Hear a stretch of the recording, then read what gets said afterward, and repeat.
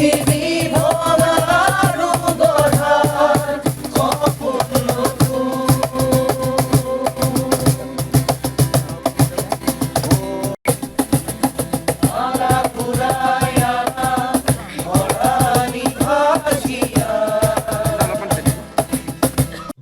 ভালপোৱাৰ বাবে উন্নত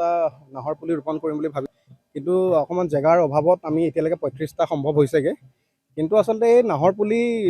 অকল নাহৰ ৰুলেই নহ'ব নাহৰ কেইজোপাক জীয়াই ৰাখিব লাগিব আৰু জুবিন দাই যেনেকৈ কৈ থৈ গৈছে যে য'ত নাহৰ থাকে তাত মই থাকিম বুলি জুবিন গাৰ্গ থাকিব বুলি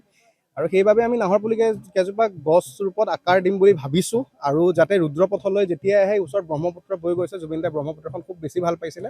আৰু যেতিয়াই ৰুদ্ৰপথলৈ আহক বা তেজপুৰলৈ আহক ৰুদ্ৰপথলৈ আহক আপোনালোকে চাই যাওক নাহৰ কেইজোপা আপোনালোকৰ নিজৰ সন্তান হিচাপে মৰম কৰক পানী দিয়ক ভালকৈ ৰাখক আৰু জুবিন দা আমাৰ মাজত সদায় থাকিব জুবিন দা সত্তা এটা আচলতে কেতিয়াও হেৰাই যাব নিদিওঁ এইটো খুব ভাল কথা আচলতে তেখেত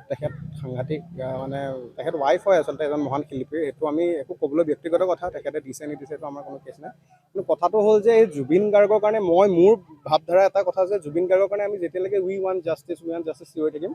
জুবিন দাই তেনেকৈ জাষ্টিছ চিঞৰি থকা মানুহ নাছিল কিন্তু কাৰণ জুবিন দাৰ এটা সত্তা ইমান ডাঙৰ সত্তা আছিল জুবিন দাই ইতিমধ্যে যোনদিনা ঢুকাইছে তেখেতৰ পাৰ্থিৱ শৰীৰটো অসম নাপাওঁতে জুবিন দাই জাষ্টিছ পাই গ'ল কিন্তু আজি শ্যামকানু মহন্ত হওক আজি সিদ্ধাৰ্থ শৰ্মা হওক তেখেতসকলে এইবিলাক ফিজিকেল কিবা এটা জাষ্টিছ দিব পাৰে চাগে জেলৰ আঁৰত ক'ৰবাত নিব পাৰে কিন্তু আমি জুবিন দাই জাষ্টিছ পাই গৈছে ইমান সন্মান এজন ভগৱানৰ সমান এজন সন্মান পাইছে তাৰ ওপৰতে কি জাষ্টিছ লাগে কওকচোন মোৰ মতে কিন্তু মোৰ অন্তৰত জুবিন দাই জাষ্টিছ পাই গৈছে তাৰ ওপৰত হ'লেও লাগি থাকিম আমি এইটো ফিজিকেল জাষ্টিছৰ কাৰণে লাগিম কিন্তু মোৰ মতে জুবিন দাই ইম'চনেল জাষ্টিছ পাই গ'ল অলৰেডি পাই গ'ল যিকোনো খবৰৰ বাবে যোগাযোগ কৰক 7099017330 লগতে 7099017110 নম্বৰত